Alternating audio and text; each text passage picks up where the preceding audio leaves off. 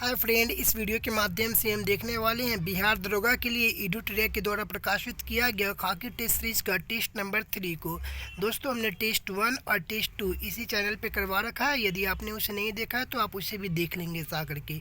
ये हमारा test number 3 है। तो आइए दोस्तों, चलते हैं प्रश्नों की ओर और 1 से लेकर के 100 तक के प्रश्नों को हम काफ़ी अच्छे से देखने का प्रयास करते हैं। दोस्तों, हमारा पहला प्रश्न है कि किसी वस्तु के रेखीय संवेग में परिवर्तन की दर उस पर लगने वाले डैश के समानुपाती होती है। उत्तर हो जाएगा ऑप्शन नंबर सी, बल के समानुपाती होती है। प्रश्न नंबर 2, प्रकाश के संबंध में असत्य कथन कौन सा है? तो उत्तर हो जाएगा ऑप्शन नंबर सी, प्रकाश एक माध्यम से दूसरे माध्यम में जाने पर इसकी आवृत्ति बदलती है। दोस्तों, यह गलत है। इसकी आवृत्ति बदलती नहीं है बल्कि अपरिवर्तित रहती है। ठीक है, इसलिए यह ऑप्शन असत्य है।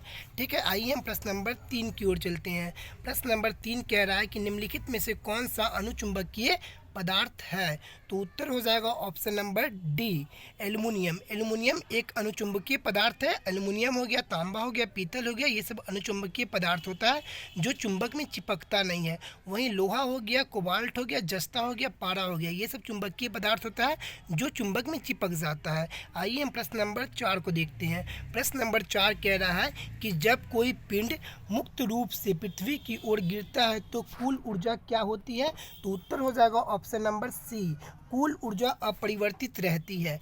आइए हम प्रश्न नंबर 5 की ओर चलते हैं। प्रश्न नंबर 5 कह रहा है कि एक्स किरणों के विषय में कौन सा कथन असत्य है?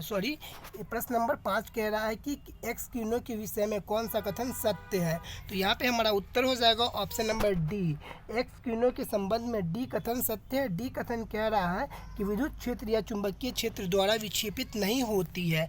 ठीक है, आइए हम प्रश्न नंबर 6 की ओर चलते हैं। प्रश्न नंबर 6 कह रहा है कि चुंबकीय बल रेखाओं के गुणों के संबंध में सही कथनों का चयन कीजिए। तो यहाँ पे उत्तर हो जाएगा ऑप्शन नंबर ए, यहाँ पे उत्तर हो जाएगा ए, 1 और 4। ठीक है, कौन सा? तो 1 और 4। ठीक है, एक क्या कह रहा है कि बल की चुंबकीय रेखाएं कभी भी प्रतिच्छेद नहीं करती हैं, और 4 कह रहा है कि बल की चुंबकीय रेखाएं पिंड तक फैली हुई निरंतर वर्ग में बदलती रहती है। तो यहाँ पे उत्तर हो जाएगा 1 और 4। ठीक है, आइए हम प्रश्न नंबर 7 को देखते हैं। प्रश्न नंबर 7 कह रहा है कि नशे में धुत होकर गाड़ी चलाने वाले के लिए श्वास विश्लेषण प्रशिक्षण में किया जाने वाला यौगिक कौन सा है? तो उत्तर हो जाएगा ऑप्शन नंबर ए, K2CR2O7।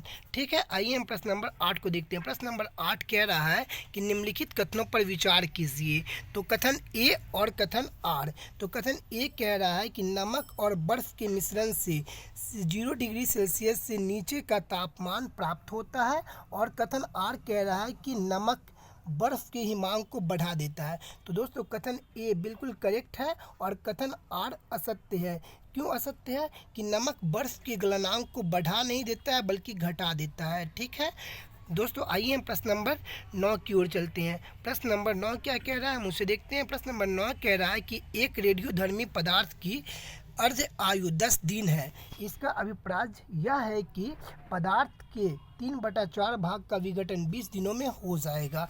ठीक है, आइए हम प्रश्न नंबर 10 की ओर चलते हैं। प्रश्न नंबर 10 कह रहा है कि डाल्टन के परमाणु सिद्धांत के अनुसार निम्नलिखित में से कौन सा कथन सही नहीं है?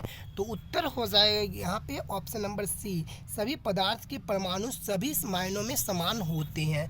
ठीक है, प्रश्न नंबर 11 को देखते हैं। प्रश्न नंबर 11 कह रहा है कि निम्नलिखित में से कौन सा कथन क्षार के विषय में सही है? तो यहाँ पे उत्तर हो जाएगा ऑप्शन नंबर बी, करेक्ट है।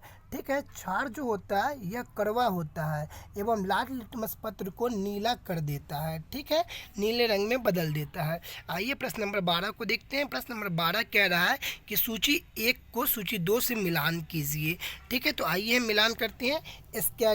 एस्कैरिस होता है क्या? सूत्रकृमि संघ। ठीक है, मलेरिया परजीवी ये होता है आदि जंतु प्रोटोजोआ। गाय स्तनपायी वर्ग की मेमेलिया होती है। और वहीं हम देखें कि घरेलू मक्खी, तो ये क्या होती है? संधि पाद संघ का अर्थोपोडा होता है। ठीक है, तो यहाँ पे उत्तर हो जाएगा ऑप्शन नंबर ए, 3 4 2 1। ठीक है, हमने मिलान कर दिया है, आप देख लेंगे इससे। आइए हम प्रश्न नंबर 13 की ओर चलते हैं। प्रश्न नंबर 13 क्या कह रहा है? प्रश्न नंबर 13 कह रहा है कि किस कारण से ईथर की थोड़ी सी मात्रा में हथेली पर ठंडक प्रदान करती है?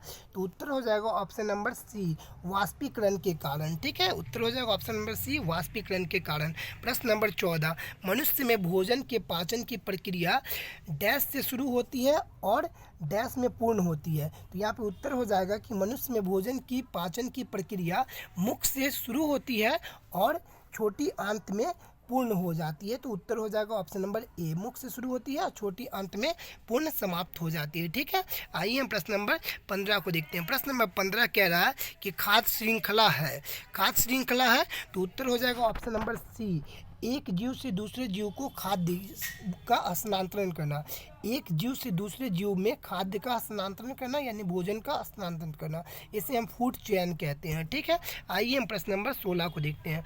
प्रश्न नंबर 16 कह रहा है कि मार्सिलिया, फर्न, हॉर्स टेल निम्नलिखित में से किस पादप समूह के उदाहरण है? तो उत्तर हो जाएगा ऑप्शन नंबर ए, टेरिडोफाइटा के उदाहरण है। ठीक है, आइए प्रश्न नंबर 17 की ओर चलते हैं। प्रश्न नंबर 17 कह रहा है कि निम्नलिखित में से कौन सा लार का लाभ नहीं है? तो उत्तर हो जाएगा ऑप्शन नंबर बी, यह शरीर में आरबीसी की वृद्धि करती है। दोस्तों, लार कहीं आरबीसी की वृद्धि करेगी? नहीं, बिल्कुल नहीं करेगी, यह ऑप्शन गलत है।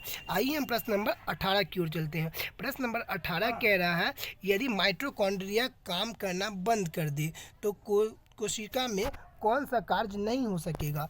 उत्तर हो जाएगा ऑप्शन नंबर डी, भोजन का ऑक्सीकरण बिल्कुल नहीं हो सकेगा। ठीक है, आइए हम प्रश्न नंबर 19 की ओर चलते हैं। प्रश्न नंबर 19 क्या कह रहा है, हम उसे देखते हैं। डेसिमल यानी दशमलव से बाइनरी संख्या का परिवर्तन करने वाली युक्ति क्या कहलाती है? उत्तर हो जाएगा ऑप्शन नंबर ए, एनकोडर कहलाती है। ठीक है, आइए हम प्रश्न नंबर 20 की ओर चलते हैं। प्रश्न नंबर 20 कह रहा है कि थायमीन किस विटामिन का रासायनिक नाम है? तो उत्तर हो जाएगा option number B, vitamin B1 का रासायनिक नाम थायमीन होता है। वही विटामिन B6 का रासायनिक नाम पैरिडॉक्सिन होता है। विटामिन B12 का रासायनिक नाम साइनोकोबालामीन होता है। विटामिन B2 का रासायनिक नाम राइबोफ्लोविन होता है। ठीक है, आइए हम प्रश्न नंबर 21 की ओर चलते हैं। प्रश्न नंबर 21 क्या कह रहा है, उसे देखते हैं।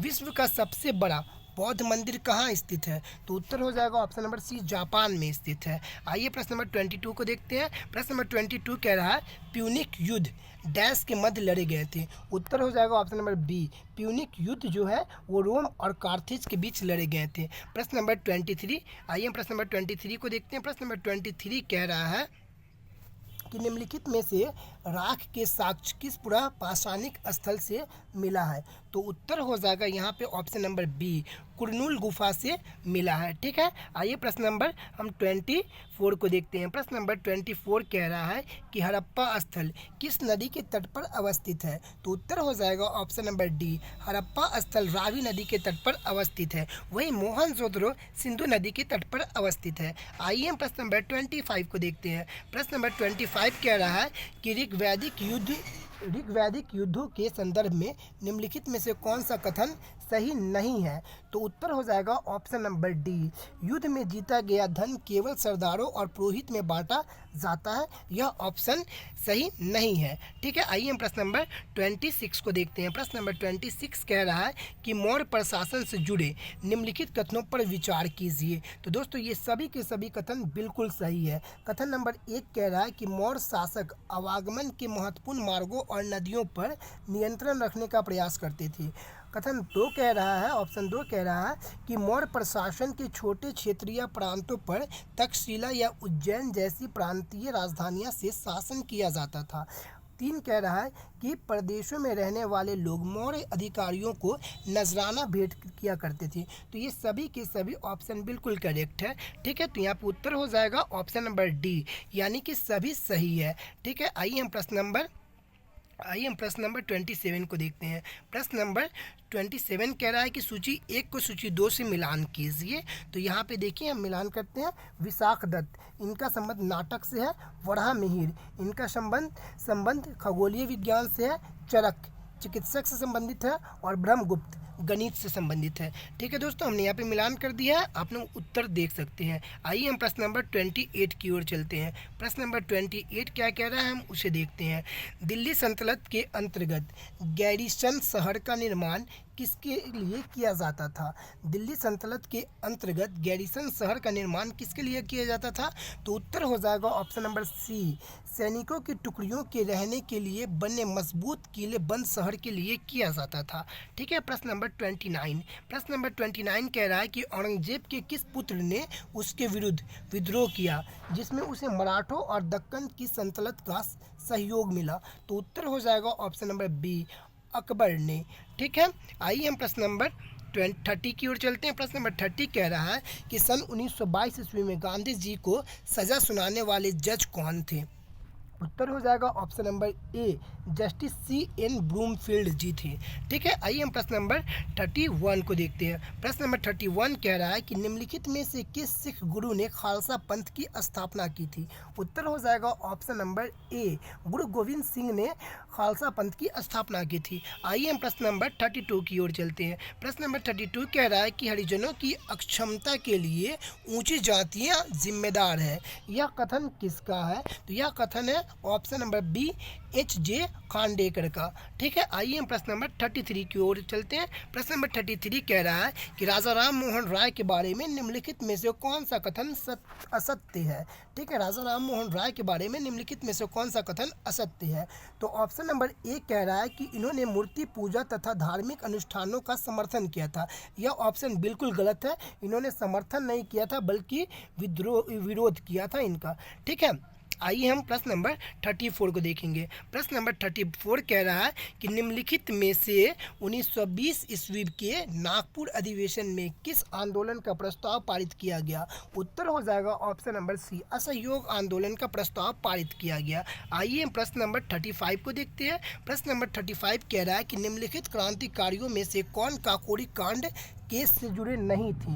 तो उत्तर हो जाएगा ऑप्शन नंबर सी, भगत सिंह काकोरी कांड से जुड़े हुए नहीं थे। काकोरी कांड कब हुआ था ये आप हमें कमेंट करके ज़रूर बताएंगे। आइए हम प्रश्न नंबर 36 की ओर चलते हैं। प्रश्न नंबर 36 कह रहा है कि भारत छोड़ो आंदोलन के दौरान किन किन जगहों पर समांतर सरकार की स्थापना की गई थी? तो उत्तर हो जाएगा option number C, Ballia, Tamluk और सतारा, इन तीनों जगह की गई थी। ठीक है, आइए हम प्रश्न नंबर 37 को देखते हैं। प्रश्न नंबर 37 कह रहा है कि माउंटबेटन योजना निम्नलिखित में से संबंधित है।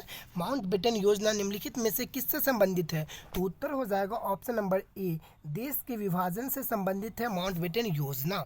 आइए प्रश्न नंबर 38 को देखते हैं। प्रश्न नंबर 38 कह रहा है कि निम्नलिखित युग्मों में से कौन सा युग्म सही नहीं है? तो उत्तर हो जाएगा ऑप्शन नंबर ए, लॉर्ड नॉर्थ बुक इसका नाम है। इन्होंने 1773 ईस्वी में रेगुलेटिंग एक्ट लाया था। यह ऑप्शन सही नहीं है क्योंकि 1773 ईस्वी में रेगुलेटिंग एक्ट वारेन हेस्टिंग ने लाया था, बल्कि फिर से इसे हम एक बार देख लेते हैं कि निम्नलिखित में से कौन सा कथन सही नहीं है। तो ऑप्शन नंबर ए सही नहीं है। यहाँ पे दिया गया है कि लॉर्ड नॉर्थ बुक ने 1773 में रेगुलेटिंग एक्ट लाया गया था। यह गलत है क्योंकि रेगुलेटिंग एक्ट लाए थे वारेन हेस्टिंग ने 1773 में। ठीक है, बाकी सभी के सभी ऑप्शन बिल्कुल करेक्ट है। आइए हम प्रश्न नंबर 39 को देख लेते हैं। प्रश्न नंबर 39 कह रहा है कि प्रस्तावना में वर्णित संपूर्ण प्रभुता संपन्न शब्द अभिप्राज्य है। तो उत्तर हो जाएगा ऑप्शन नंबर ए से कि ऐसी व्यवस्था जहां भारतवर्ष में किसी भी आंतरिक अथवा बाह्य सत्ता पूर्ण रूप से स्वतंत्र हो। ऑप्शन ए बिल्कुल करेक्ट है। आइए हम प्रश्न नंबर 40 को देखते हैं। प्रश्न नंबर 40 कह रहा है कि निम्नलिखित में से कौन सा विकल्प मौलिक अधिकारों का सबसे सटीक वर्णन है? निम्नलिखित में से कौन सा विकल्प मौलिक अधिकारों का सबसे सटीक वर्णन है? तो उत्तर हो जाएगा ऑप्शन नंबर सी, संविधान द्वारा प्रदत्त और सुरक्षित समझ सरकार। अधिकार, ठीक है, संविधान द्वारा प्रदत्त और सुरक्षित समस्त अधिकार, बिल्कुल करेक्ट है।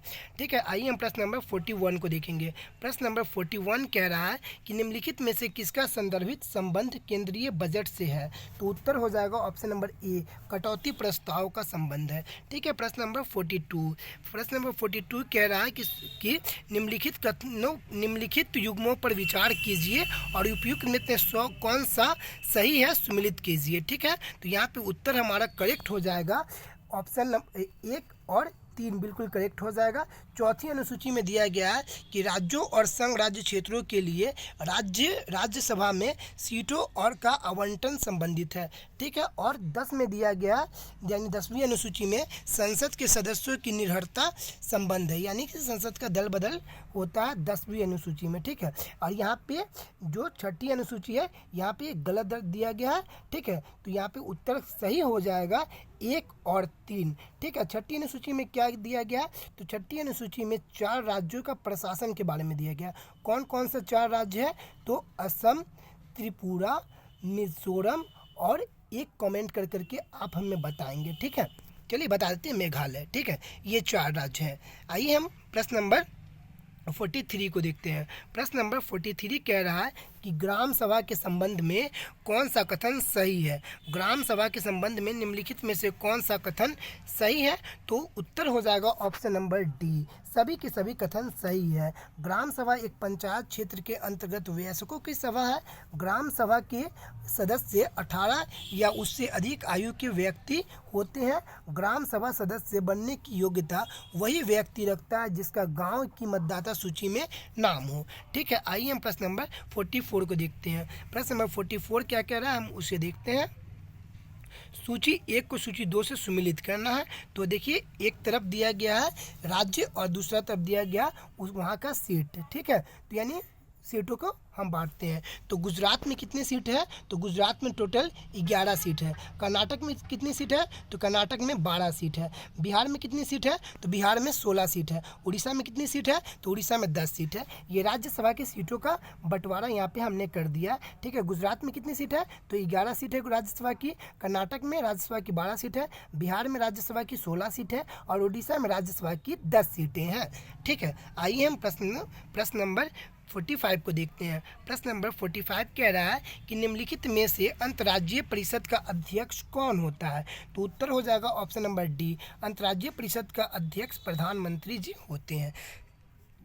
प्रश्न नंबर 46, भारतीय संसद राज्य सूची के किसी विषय पर तब कानून बना सकती है।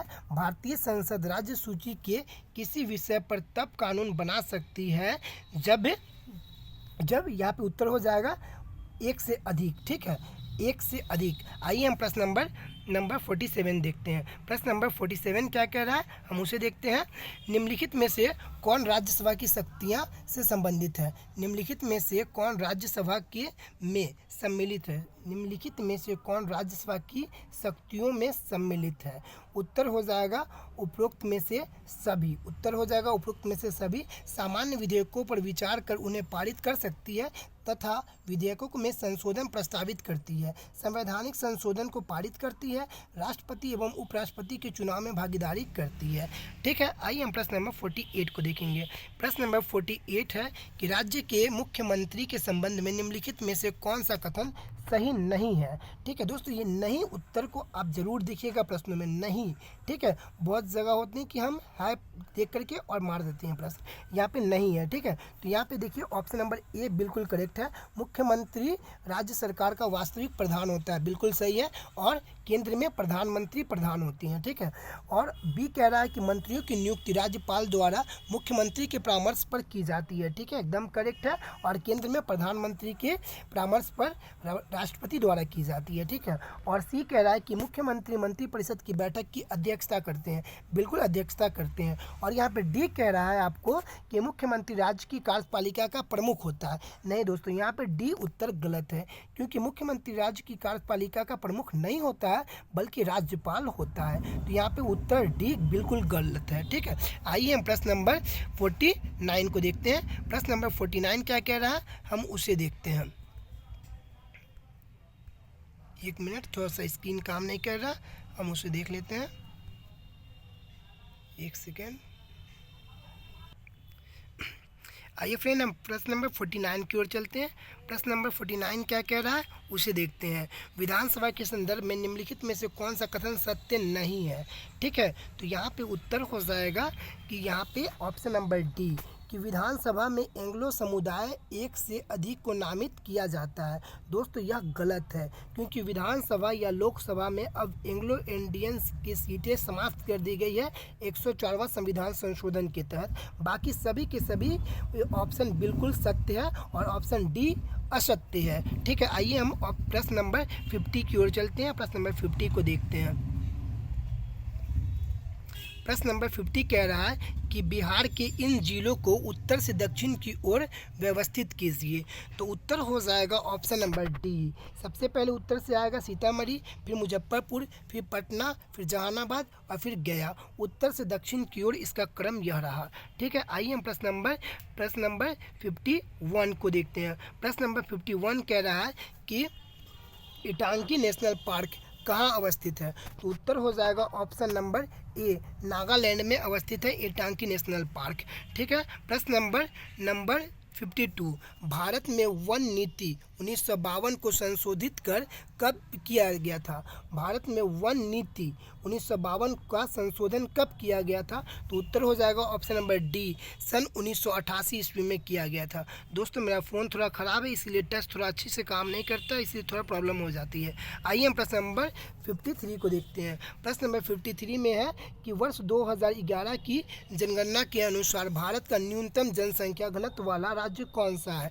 तो उत्तर हो जाएगा option number D, Arunachal Pradesh है। अरुणाचल प्रदेश में सबसे कम जनसंख्या घनत्व है, मात्र 1 किलोमीटर में 17 व्यक्ति मिलेंगे आपको। ठीक है, वही सबसे ज़्यादा जनसंख्या घनत्व कहाँ है, तो बिहार में। और वही केंद्र शासित प्रदेश में सबसे ज़्यादा जनसंख्या घनत्व कहाँ है, तो दिल्ली में है। ठीक है, आइए हम प्रश्न नंबर 54 को देखेंगे। प्रश्न नंबर 54 कह रहा है कि निम्नलिखित द्वीपों के युग्मों में कौन सा एक 10 डिग्री चैनल द्वारा आपस में पृथक किया जाता है। तो उत्तर हो जाएगा ऑप्शन नंबर ए, अंडमान और निकोबार या 10 डिग्री चैनल द्वारा अलग होता है। ठीक है, आइए हम प्रश्न नंबर 55 को देखेंगे। दोस्तों वीडियो थोड़ा लंबी हो जाती है क्योंकि प्रश्नों की संख्या प्रश्नों का जो दिया गया वो थोड़े बड़े बड़े प्रश्न हैं। ठीक है, पेन गंगा एवं गोदावरी घाटियों के निम्नलिखित भागों में मुख्यतः किस प्रकार की चट्टानें पाई जाती है।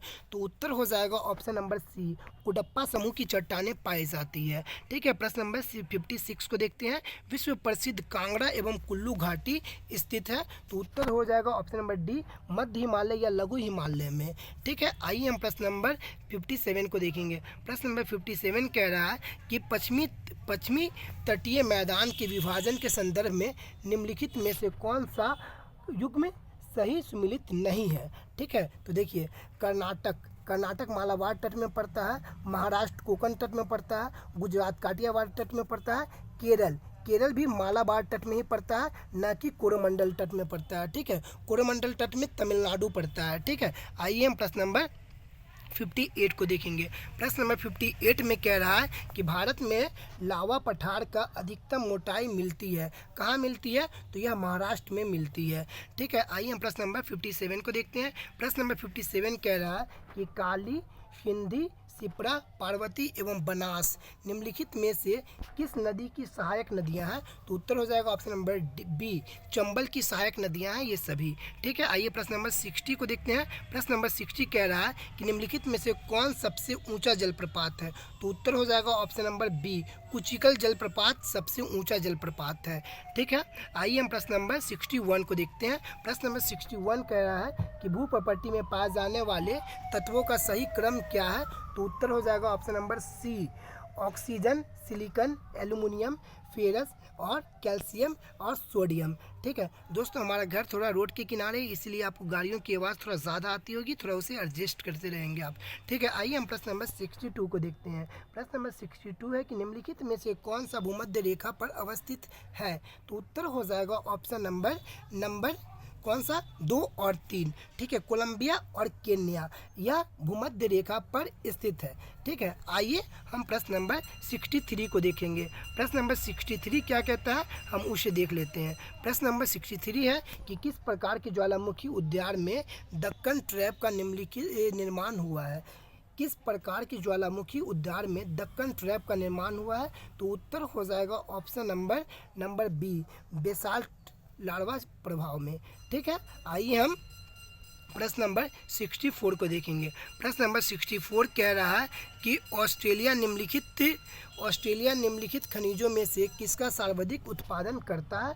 तो उत्तर हो जाएगा ऑप्शन नंबर सी, लॉ-एस्क का करता है, ठीक है। आइए प्रश्न नंबर 65 को देखेंगे। प्रश्न नंबर 65 कह रहा है कि निम्नलिखित में से किस पारिस्थितिकी तंत्र में जैव विविधता अधिक पाई जाती है? उत्तर हो जाएगा ऑप्शन नंबर बी, उष्णकटिबंधीय वर्षा वन में पाई जाती है। दोस्तों यदि हम विंडोज़ वगैरह बंद कर देंगे तो गर्मी और ज़्यादा लगेगी। आपको पता है कि 11-12 बजे दोपहर में गर्मी बहुत ही ज़्यादा होती है। इस सिचुएशन में हम फ़ैन भी बंद कर चुके हैं और विंडो बंद कर देंगे तो गर्मी बहुत ज़्यादा लगेगी, इसीलिए थोड़ा सा अदर वॉल्यूम को आप इग्नोर करेंगे। आइए हम प्रश्न नंबर 66 को देखते हैं। प्रश्न नंबर 66 है कि आयात और निर्यात पर लगने वाला कर है क्या? कौन सा कर है? तो इनमें से कोई नहीं, ठीक है। आयात और निर्यात पर लगने वाला कर है तो इनमें से कोई कर नहीं है, ठीक है। आइए हम प्रश्न नंबर 67 को देखेंगे। प्रश्न नंबर 67 है कि भारत की राजकोषीय नीति किसके द्वारा प्रतिपादित की जाती है? तो उत्तर हो जाएगा ऑप्शन नंबर बी, वित्त आयोग के द्वारा प्रतिपादित की जाती है, ठीक है। आइए हम प्रश्न नंबर 68 को देखते हैं। नरसिम्हन कमेटी निम्नलिखित में से किन सुधारों से संबंधित है? तो उत्तर हो जाएगा ऑप्शन नंबर डी, बैंकिंग संरचना सुधार से संबंधित है नरसिम्हन कमेटी। आइए हम प्रश्न नंबर 69 को देखते हैं। प्रश्न नंबर 69 है कि सेबी का मुख्यालय कहाँ स्थित है? तो उत्तर हो जाएगा ऑप्शन नंबर बी, सेबी का मुख्यालय मुंबई में स्थित है। और सेबी का काम क्या है? तो एनएससी और बीएससी को हैंडल करने वाला एक संस्था है। कौन? सेबी। एनएससी मतलब नेशनल स्टॉक एक्सचेंज, बीएससी यानी बॉम्बे स्टॉक एक्सचेंज।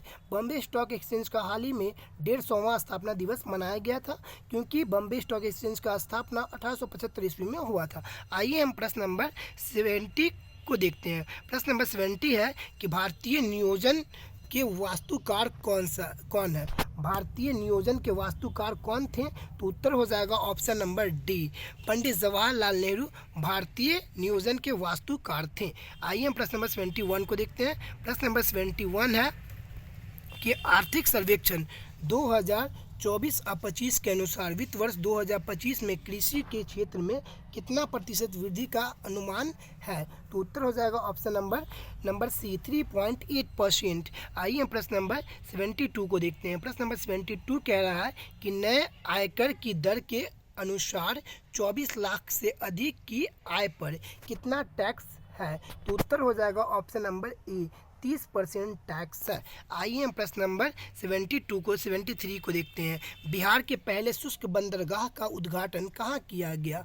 उत्तर हो जाएगा ऑप्शन नंबर बी, बिहटा में किया गया। आइए हम प्रश्न नंबर 74 को देखते हैं। प्रश्न नंबर 74 है ट्विटर एक्स की नई CEO किसे नियुक्त किया गया? तो उत्तर हो जाएगा ऑप्शन नंबर ए, लिंडा याकाविनो, ठीक है। आइए हम प्रश्न नंबर 75 को देखेंगे। प्रश्न नंबर 75 है कि कैवेंडिश किससे संबंधित है? ऑपरेशन कैवेंडिश किससे संबंधित है? तो उत्तर हो जाएगा option number D, 1, 2, 3। Cavendish operation संबंधित है यौन उत्पीड़न से, धन परिवर्तन से और गौ हत्या पर रोक से, ठीक है। आइए हम प्रश्न नंबर 76 को देखते हैं। प्रश्न नंबर 76 है भारत और ओमान का संयुक्त नौसैनिक अभ्यास नसीम अल बहर का आयोजन कहाँ किया गया? तो उत्तर हो जाएगा ऑप्शन नंबर ए, गोवा में किया गया। आइए हम प्रश्न नंबर 77 को देखते हैं। प्रश्न नंबर 77 क्या कह रहा है उसे देखते हैं हम। अशोक हॉल का नाम बदलकर क्या किया गया? अशोक हॉल का नाम बदल करके अशोक मंडप किया गया, ठीक है। आइए हम प्रश्न नंबर 78 को देखेंगे। बिहार की कितनी महिलाओं को पद्म पुरस्कार 2025 से सम्मानित किया गया। बिहार की कितनी महिलाओं को पद्म पुरस्कार 2025 से सम्मानित किया गया? तो उत्तर हो जाएगा ऑप्शन नंबर ए, 2 महिलाओं को। कौन कौन? तो एक शारदा सिन्हा और एक सुजनी कला की थी निर्मला देवी। ठीक है, इन दोनों को पद्म पुरस्कार से सम्मानित किया गया। आइए हम प्रश्न नंबर 79 को देखते हैं। प्रश्न नंबर 79 है, स्वप्निल कुशाले जिन्होंने पेरिस ओलंपिक में कांस्य पदक अपने नाम किया, वे किस राज्य से संबंध रखते हैं? तो उत्तर हो जाएगा स्वप्निल कुशाले महाराष्ट्र राज्य से संबंध रखते हैं। ठीक है, आइए हम प्रश्न नंबर 80 को देखते हैं। प्रश्न नंबर 80 है कि निजुत मोइना योजना निजुत मोइना किस राज्य की योजना है? ठीक है, तो उत्तर हो जाएगा ऑप्शन नंबर ए, असम राज्य की योजना है निजुत मोइना योजना। ठीक है, आइए हम प्रश्न नंबर 81 को देखेंगे। प्रश्न नंबर 81 है कि हाल ही में प्रधानमंत्री नरेंद्र मोदी द्वारा वधावन बंदरगाह परियोजना की आधारशिला कहाँ रखी गई है? इस परियोजना की अवस्थिति किस राज्य में है? तो उत्तर हो जाएगा ऑप्शन नंबर डी, वधावन बंदरगाह कहाँ है? तो महाराष्ट्र में। ठीक है, आइए हम प्रश्न नंबर 82 को देखेंगे। प्रश्न नंबर 82 कह रहा है कि सिप्री द्वारा हाल ही में दुनिया भर में परमाणु हथियारों की स्थिति को लेकर एक रिपोर्ट जारी की गई है। इस रिपोर्ट में कुल कितने देशों को परमाणु संपन्न बतलाया गया है? तो उत्तर हो जाएगा यहाँ पे 9 देशों को। ठीक है, उत्तर हो जाएगा 9 देशों को। आइए हम प्रश्न नंबर 83 को देखते हैं। प्रश्न नंबर 83 कह रहा है कि प्रधानमंत्री जनजाति उन्नति ग्राम अभियान के संदर्भ में कौन सा कथन सही है? तो उत्तर हो जाएगा यहाँ पे हमारा 1 और 2 दोनों सही है। इस योजना में आदिवासी समुदाय 5 करोड़ लोगों को फ़ायदा होगा और इसमें 63,000 आदिवासी गांवों को शामिल करने का लक्ष्य रखा गया है। ठीक है, आइए हम प्रश्न नंबर 84 को देखेंगे। प्रश्न नंबर 84 में मैथ्स दिया गया है। ठीक है, तो आप इसे कर लेंगे। कैसे करेंगे? तो यहाँ पे माइनस लगा देंगे, a प्लस बी के होल स्क्वायर पे बन जाएगा। ठीक है, तो इसका आएगा आंसर 4। ठीक है, आप इसे देख लेंगे। यदि आप मैथ पे प्रैक्टिस किए हैं तो ये सब बन जाएगा। बहुत ईजी है ये। आपको ये त्रिभुज काउंट करना है, तो इसमें कितनी त्रिभुजों की संख्या है? तो यहाँ पे 13 है, आप इसे काउंट कर लेंगे। ठीक है, आइए हम आपको टिक लगाते चलते हैं। ये आपको दिया गया है, सर्कल से संबंधित प्रश्न है। इसमें ऑप्शन नंबर सी करेक्ट हो जाएगा। ठीक है, हम मैथ्स में केवल टिक लगा देते हैं, आप अपना सोल्यूशन कर लेंगे। ये है आपको सीआई से संबंधित प्रश्न। इसमें हो जाएगा आपको एसआई से संबंधित प्रश्न, इसमें आपको 15,625 हो जाएगा। ठीक है, आप इसे देख लेंगे। आइए हम प्रश्न नंबर 88 को देखेंगे। प्रश्न नंबर 88 है, ये भी आप देख लेंगे। रीजनिंग का सवाल है। इसमें कौन किससे बड़ा है, कौन किससे छोटा है, वो है option number D, option number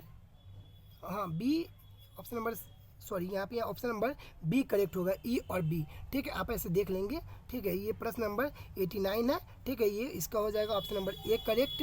ठीक है, आइए हम प्रश्न नंबर 90 को देखते हैं। ये प्रश्न नंबर रीजनिंग का है, डायरेक्शन से संबंधित है। इसका बी हो जाएगा उत्तर। ठीक है, आइए हम प्रश्न नंबर देखिए, ये हम प्रश्न पे डिस्कशन कर देते हैं थोड़ा। ठीक है, कैसे होगा? देखिए यहाँ पे बोल रहा है कि एक मनुष्य उत्तर पश्चिम की ओर मुँह करके खड़ा है। ठीक है, तो देखिए डायरेक्शन देखिए ऐसे हो गया। ठीक है, किधर खड़ा है? तो उत्तर पश्चिम की ओर मुँह करके खड़ा हुआ है। तो उत्तर पश्चिम ये हो गया, मुँह करके खड़ा हुआ है। ठीक है, उसके बाद क्या हुआ? पहले 135 डिग्री घड़ी की विपरीत दिशा में चलता है। तो यहाँ पे देखिए, पहले यहाँ पे लिखिएगा क्लॉकवाइज। ठीक है, यहाँ पे फिर लिखिएगा आप एंटी क्लॉकवाइज। ठीक है, तो ये क्या कह रहा है कि घड़ी की विपरीत दिशा में चल रहा है। कितना चल रहा है? तो 135 चल रहा है। ठीक है, और फिर यहाँ पे देखिए घड़ी की दिशा में कितना चल रहा है? तो घड़ी की दिशा में कितना चल रहा है? 180 चल रहा है। ठीक है, तो अब ये हो गया, इसके अलावा कुछ नहीं दिया गया। तो आप कौन सी संख्या इसमें ज़्यादा है? तो 180 ज़्यादा है। तो 180 में से ये छोटा वाला को घटा लेंगे, 135। ठीक है, तो यहाँ पे आ जाएगा 45। ठीक है, तो अब आप देखिए क्लॉकवाइज में आया 45। ठीक है, तो आप यहाँ पर से घुमा देंगे इसको 45 डिग्री। तो आप देख रहे हैं कि हम यहाँ पर से इसको घुमाएंगे तो 45 डिग्री कहाँ आ जाएगा? यहाँ पर आ जाएगा। ठीक है, तो ये उत्तर हो जाएगा ऑप्शन करेक्ट। ठीक है, फिर अगर यहाँ पे होता है तो 45 डिग्री घुमाते, 45 डिग्री, ये 45 डिग्री, 45 डिग्री, 45 डिग्री, 45 डिग्री। ठीक है, आप यहाँ पे देख लेंगे। आइए हम प्रश्न नंबर 91 को देखते हैं। प्रश्न नंबर 91 है कि प्रथम ओलंपिक खेल कहाँ हुए थे? तो उत्तर हो जाएगा ऑप्शन नंबर ए, यूनान में हुए थे। ठीक है, आइए हम प्रश्न नंबर 92 को देखते हैं। प्रश्न नंबर 92 कह रहा है कि सुब्रतो कप निम्नलिखित में से किससे संबंधित है? तो उत्तर हो जाएगा ऑप्शन नंबर ए, फुटबॉल से संबंधित है, सुबर्तो कप। आइए प्रश्न नंबर हम 93 को देखते हैं। प्रश्न नंबर 93 है कि जर्मनी की आधिकारिक मुद्रा क्या है? तो उत्तर हो जाएगा option number D, euro Germany की आधिकारिक मुद्रा है। आइए हम प्रश्न नंबर 94 को देखेंगे। वाटरमैन ऑफ द इंडिया निम्नलिखित में से किसे कहा जाता है? तो ऑप्शन नंबर बी हो जाएगा, राजेंद्र सिंह को कहा जाता है। प्रश्न नंबर 95 है कि अशोक चक्र पुरस्कार की शुरुआत किस वर्ष की गई थी? तो उत्तर हो जाएगा ऑप्शन नंबर सी, 1952 में की गई थी। प्रश्न number 96, find the correct spelled word. ठीक है, तो यहाँ पे देखिए कौन सा इस रॉन्ग स्पेल्ड है। ठीक है, तो यहाँ पे उत्तर हो जाएगा ऑप्शन नंबर सी, ये गलत है। ठीक है, आइए हम प्रश्न नंबर 97 देखेंगे, जो हिंदी का प्रश्न है। तू डाल डाल मैं पात पात, इसका क्या अर्थ होता है? तू डाल डाल मैं पात पात, यानी चालाकी का जवाब चालाकी से देना। ठीक है, आइए हम प्रश्न नंबर 98 को देखेंगे। सर्वसाची किसका पर्यायवाची शब्द है? तो सर्वसाची यह अर्जुन का पर्यायवाची शब्द है। प्रश्न नंबर 99, महर्षि का संधि विग्रह क्या होगा? महर्षि का संधि विग्रह क्या होगा? तो उत्तर हो जाएगा ऑप्शन नंबर बी, महा प्लस ऋषि, यानी महर्षि कहलाएगा। आइए हम प्रश्न नंबर 100 की ओर चलते हैं, जो हमारा आज का अंतिम प्रश्न है। प्रश्न नंबर 100 है, from the following expressions given below by adding which one in ability a new word can be formed. तो इसका उत्तर हो जाएगा ऑप्शन नंबर ए, इन। ठीक है दोस्तों, यहाँ पे हमारा 100% बिल्कुल एकदम हो गया कंप्लीट। तो दोस्तों, यदि आपको इसका PDF चाहिए तो आप हमें कमेंट के माध्यम से ये बताएंगे कि आप हमें कमेंट के माध्यम से बताएंगे कि आपने पूरे प्रश्नों को तक अंतिम तक गया, तो हम आपको PDF देंगे। ठीक है।